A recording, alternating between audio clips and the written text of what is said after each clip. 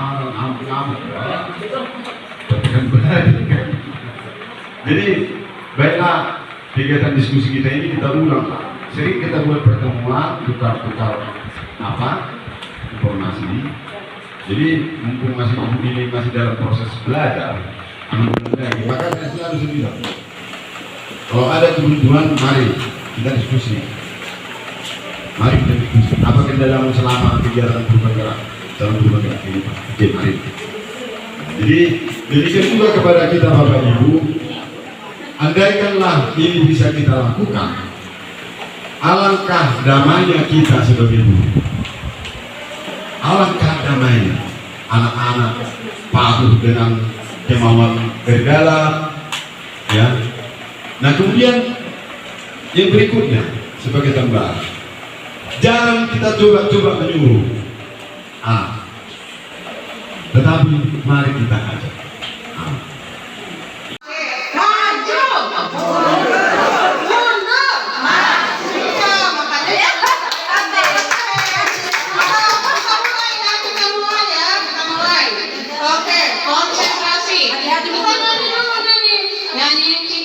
Ya, 1, 2, ya.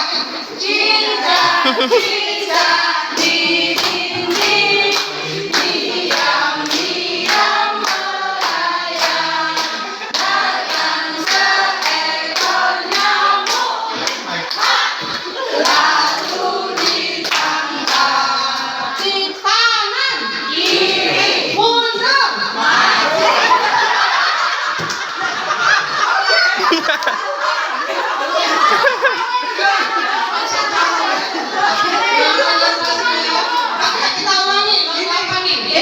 Ini gara-gara cicak-cicak ini. Itu hebat ya, semua itu siapa? Jangan bapak. Dangdut. Oke, satu lagi yang konsentrasi ya. Nanti yang sama nyanyi sepukul dulu ya Pak ya. Nanti tadi Bapak Ibu yang sama biar maju nyanyi. Oke, nyanyi satu lagi. Balutku aja deh ya, biar semangat. 1, 2 ya. Balutku ada 5, rupa-rupa warnanya, tidak kuning kelabu, merah muda dan biru, meletus balon hijau. Hatiku sangat kacau, balon kuningnya enggak, ku pegang erat-erat. Mundur, maju, mundur, kanan, kiri, mundur, maju. Terima kasih. Yang masih muda, terkhusus adik-adikku yang biarpun jangan tanggal status honor ya, yang kalian masih muda, jangan mau hanya dengan cukup datang ke mengajar. Kalian masih muda, ayo kembangkan dirimu, begitu ya. Jangan pernah mau berhenti. Kelak nanti kalau sudah usiamu sudah cukup lelah, nggak bisa lagi, ya udah berhenti. Tapi kalian pernah dikenal sebagai orang yang seperti apa? Bu Gea itu seperti orang yang begini. Bu Tangku itu seperti orang yang begini. Ayo, selagi kita masih dikasih usia, jangan mau berhenti, kan begitu ya. Nah itu saja sedikit pengantar dari aku ya Bapak Ibu ya, tentang bagaimana perjalanan guru penggerak ini. Dan mulai dari bulan 1 sampai sekarang ini sudah bulan 11, masih 3 bulan pendidikan. Doakan sanggup sampai 6 bulan ke depan ya, supaya sah, nggak CGP lagi, tapi GP, guru penggerak ya. Terima kasih Bapak Ibu. Iya, baik. Lanjut ya. Nah sekarang masuk. Ada siswa yang bernama Nana datang ke sekolah dengan memakai sepatu tanpa kepada si Nana. Tanya dulu, kenapa nggak pakai kaos kaki? Tanya dulu, kenapa nggak pakai kaos kaki? Setelah ditanya, apa lagi yang ibu lakukan? Ibu, kalau ibu apa dulu yang pertama? Hukum. Oke, kalau aku lupa setelah begitu tanya hukum, ibu apa? Diajak ngobrol, ceritanya cerita kayak mana ibu?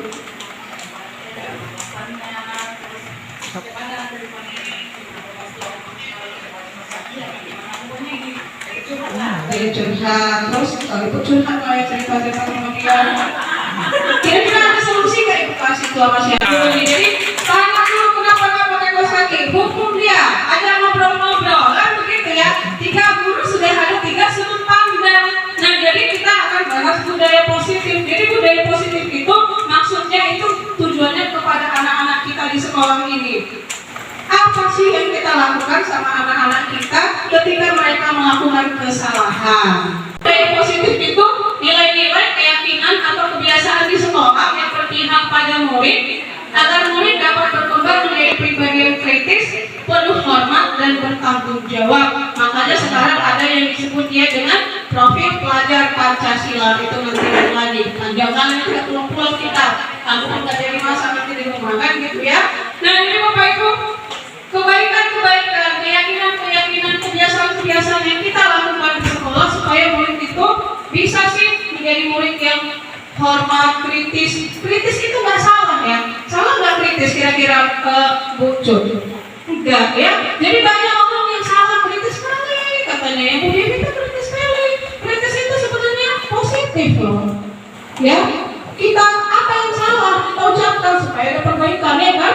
Nah, jadi itu dia. Jadi salah satu aspek yang mau kita bahas budaya positif di sini adalah bagaimana menangani kenakalan siswa. Jadi membahas modul ini aku bilang langsung sama fasilitatornya, Kak, lulus ini kami sudah bisa jadi guru BK. Aku bilang ketawa-ketawa ya. Karena yang kami bahas memang dan bahkan instruktur kami saat itu adalah psikolog. Gitu ya kan Bu Intan ya. Bahkan kemarin Bu Intan pas pemilu kamarnya jumpa kan Bu sama penanggung jawab BK kan. Jadi memang kami diajari hal seperti itu, makanya aku bilang Pak nanti kami kalah lah guru BK di sekolah tapi bukan kalah gandeng ya Bu ya. Itu dia. Nah jadi itu dia apa yang budaya positif. Lalu nah ini dia. Jadi sebelum membedah kasus tadi ada 6 hal sebenarnya yang bisa kita bahas di sekolah tentang budaya positif. Yang pertama perubahan paradigma. Tadi ada yang mengatakan paradigma besar lagi apa bagus tadi? Yang kata awal kuncinya ada paradigma. Kira-kira paradigma itu apa sih? Pola pikir. Coba dulu kayak kita kaji dulu. Anak-anak kita ini ke sekolah itu kira-kira karena apa? Karena apa? Kebiasaan. Baru? Malas di rumah. Kalian ke sekolah karena apa? Jajan. Jajan. Pas betul kalau nggak sekolah nggak jajan ya. Iya. Lalu yang berikutnya? Kawannya Bu. Jumpa kawannya. Ya, berarti paradigma. Jadi paradigmanya itu ada. Jadi yang perlu kemudian kalau seandainya siswa itu kan harus masuk TV 30 ya. Terus kira-kira rata-rata siswa kita itu yang tidak terlambat itu, yang tidak terlambat, jalannya terlambat, tapi tidak terlambat. Kenapa sih mereka itu datang sebelum pukul 7.30? Takut di? Marahin mamanya. Bapak-bapak yang belakang dong, kasih suara sama saya, Pak Naga, Pak Payung. Iya Pak? Oke ya, jadi paradigmanya yang pertama harus kita kasih pandangan sama si anak. Kita harus tanamkan sama si anak bahwa perbuatannya adalah tanggung jawabnya. Jadi jangan kamu datang lah karena ini supaya jangan dihukum guru maka datang 7.30. Nah atau kita juga kan bahas anak-anak ya. Kita tanya dulu lagi, Bapak Ibu di sini kira-kira datang sesuai dengan jamnya? Itu kenapa? Kita kan jawaban bahas anak-anak ya. Bahas kita tadi ada paradigma kita ada. Kira-kira Bu Cut ini datang misalnya residu sering jam berapa? Jam pertama. Kira-kira Ibu datang itu sebelum masuk les Ibu alasannya apa sih? Malu sama anak-anak. Mereka yang tahu. Sementara kita kan dari rumah sekolah. Iya. Oke, luar biasa. Apa sih ngomong ini Pak? Oke, itu dari Bu Cut. Kalau dari Bu Evi dulu Pak, Bu Evi. Iya, Pak. Yang lain yang mau ngasih suara lah, nggak usah kita paksa ya. Ini kita belajar. Laki-laki. Siapa yang laki-laki? Kak Wela. Oke, dulu apa itu? sabar. Time is money. Habis mandi. Oke ya. Jadi itu ya. Jadi langkah pertama adalah perubahan paradigma. Ayo kita ajarkan dulu sama anak-anak ini. Kalian ke sekolah tujuannya apa? Begitu ya. Kalian khususnya ini sebenarnya wali kelas lah ya. Tapi nggak wali kelas semua lah. Kalian ke sekolah tujuannya apa? Buncut ke sekolah tidak terlambat karena dia malu. Berarti intinya dimulai dari diri sendiri ya Buncut. Jadi semua dimulai dari diri sendiri. Jangan kau, tapi aku. Nah, aku. Kau jangan datang terlambat. Kau jangan malas. Kau jangan tugasmu. Tapi ayo kita balikan berubah paradigma kita sebagai guru. Aku tidak boleh datang terlambat. Aku harus kerja keras. Aku harus kerjakan tugasku. Begitu. Jadi mari kita ubah paradigmanya. Begitu ya kan? Nah yang kedua itu adalah apa sih disiplin positif dan motivasi? Itu sudah masuk ke poin pertama sebenarnya ya. Namanya disiplin positif dan motivasi hampir sama seperti tadi. Motivasi kita untuk berbuat sesuatu, motivasi anak-anak untuk berbuat sesuatu. Dalam yang ketiga, keyakinan kelas. Pernah dengar ini Bapak Ibu? Aku jujur pas bedah modul ini di pelatihan kami aneh dengan satu keyakinan kelas.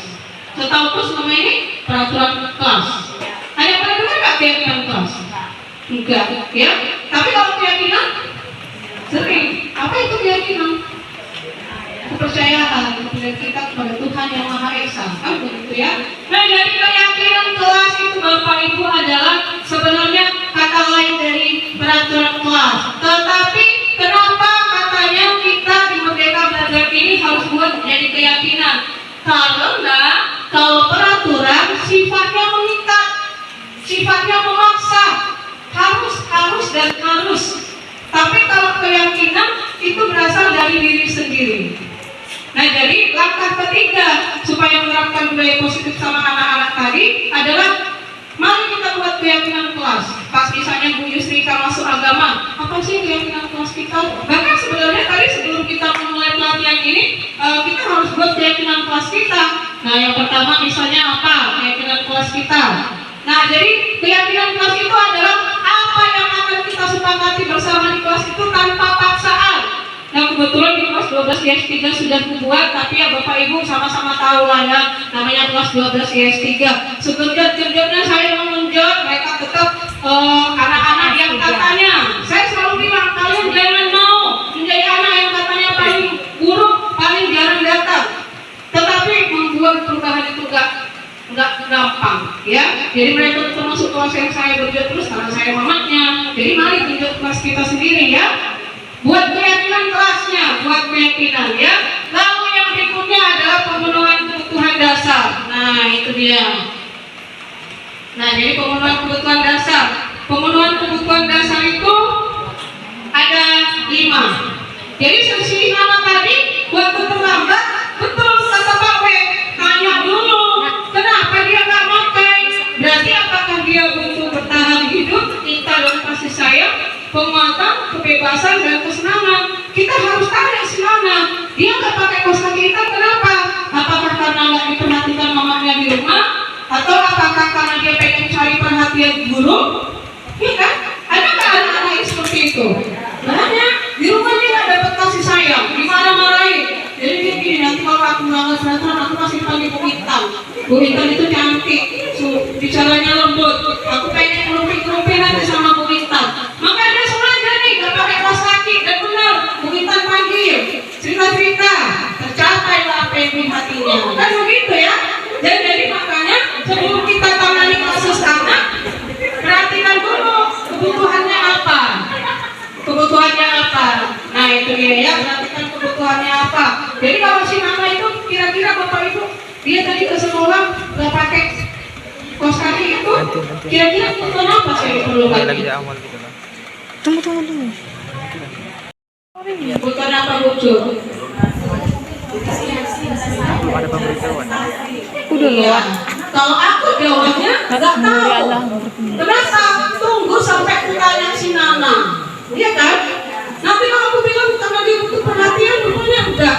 Ya karena memang lupanya dia. Berarti dia harus didisiplinkan kan gitu. Jadi memang jawaban pertama adalah ajak ngobrol-ngobrol. Tanya anaknya ajak ngobrol-ngobrol, ya. Tanya kebutuhannya apa, ya. Nah, lalu yang berikutnya, setelah kita tahu kebutuhannya, ini yang paling penting, Bapak Ibu. Nampak nggak? Nampak.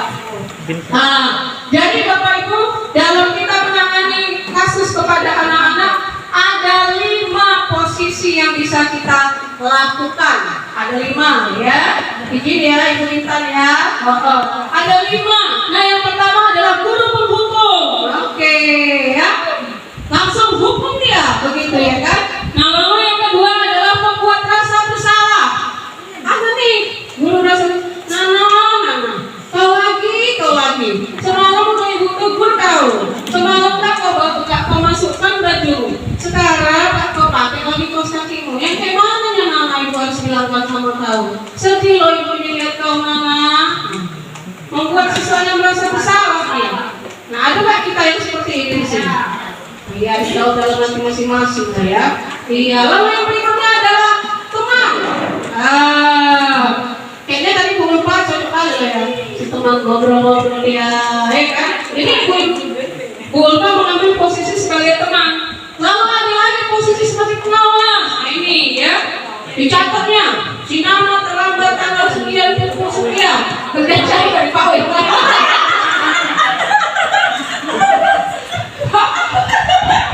Pak Wei gini sama aku.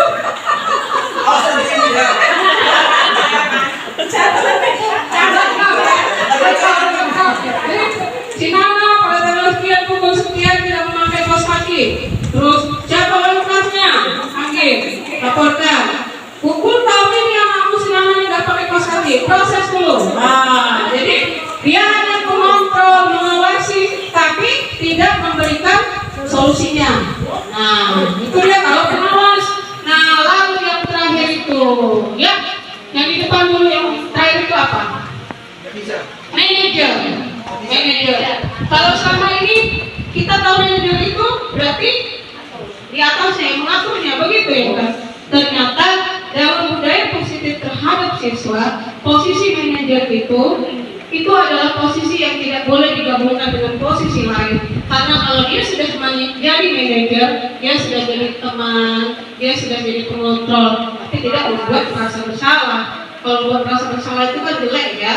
Jadi manajer itu adalah posisi kita sebagai guru, di mana kita sebagai guru itu tadi bisa menanamkan perubahan paradigma kepada si anak, kemudian kita tahu kebutuhan dasar si anak, dan kemudian yang paling penting ada solusi yang kita tawarkan kepada si anak.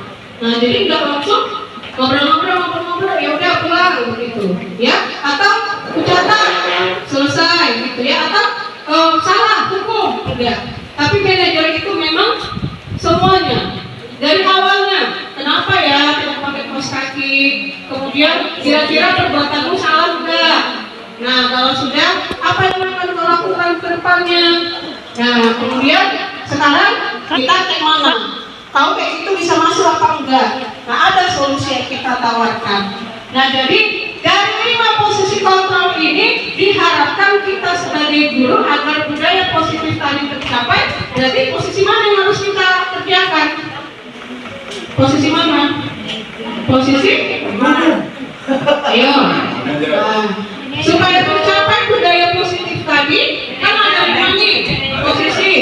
Kira-kira kalau Pak Kepala kita tanya dulu, Pak Kepala kira-kira posisi apa? Oh, Ya, terima kasih kan sangat semangatnya Ibu menyampaikan materinya tangan kita. Ya, Bapak Ibu, memang diskusi ini sudah kita lempar bersama. Jadi sebenarnya kalau menurut saya itu semua dilakukan. Cuman belum ada yang menjadi sebuah pegangan yang kita buat. Pernah yang kita jadi guru berhukum. Pernah kita menjadi guru berbuat rasa bersalah. Pernah kita juga guru sebagai teman. Dan pernah guru sebagai pengontrol. Dan guru sebagai manajer.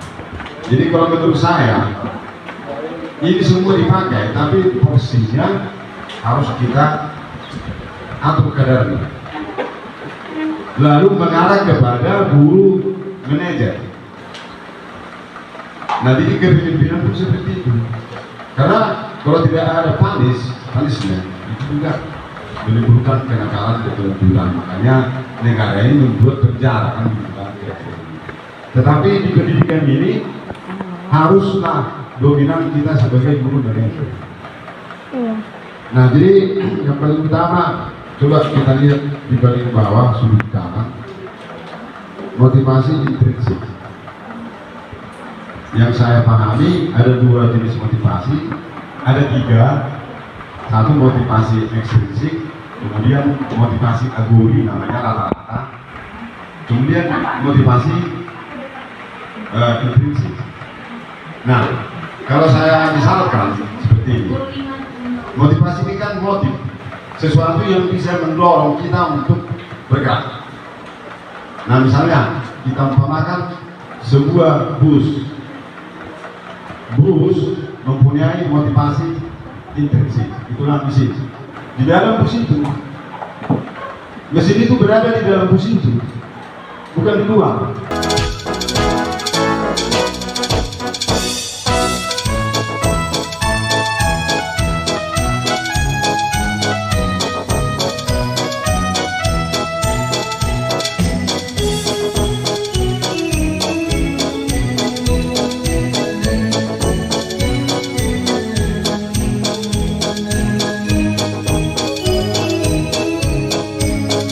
Ada yang disebutnya dengan positif.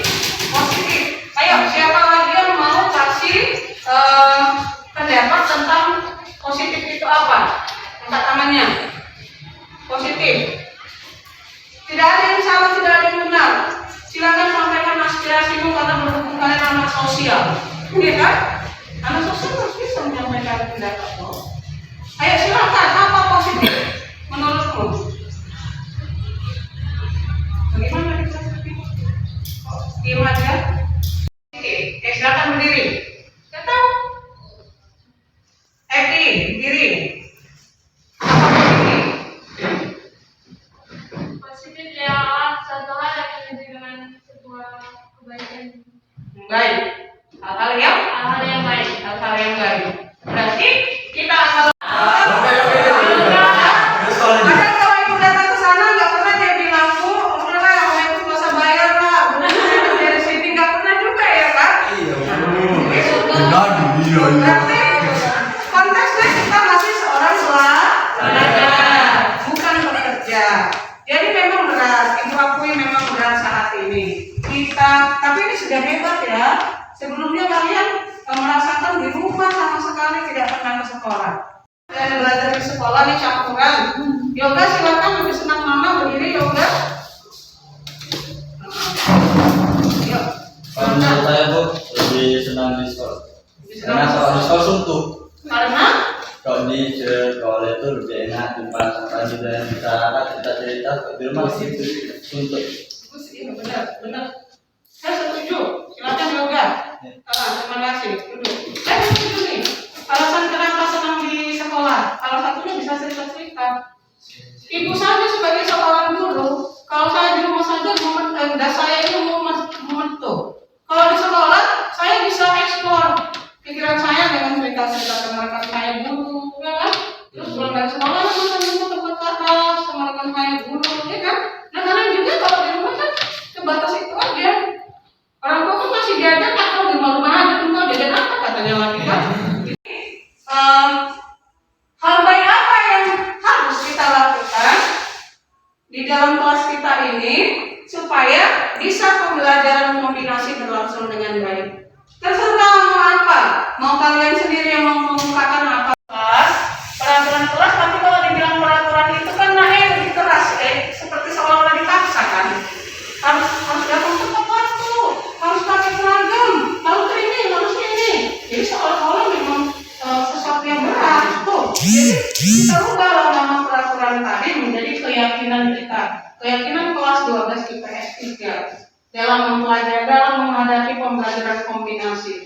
Apa keyakinan Bu? Selama ini kita tahu keyakinan kepercayaan kepercayaan kita kepada Tuhan. Tetapi sekarang dalam profil keluarga Pancasila, keyakinan kelas itu adalah hal apa yang kita yakini di kelas kita supaya hal baik yang kita jadikan kebiasaan. Punya keyakinan dalam diri, ya, hal positif apa yang harus kita buat, yang harus kita kerjakan untuk kelas kita. Nah ini 1 sampai 17 ini sama-sama kita bacakan ya, supaya bacanya dengan semangat, supaya ingat dalam hati. Oke, mulai dari yang pertama 1, 2 ya.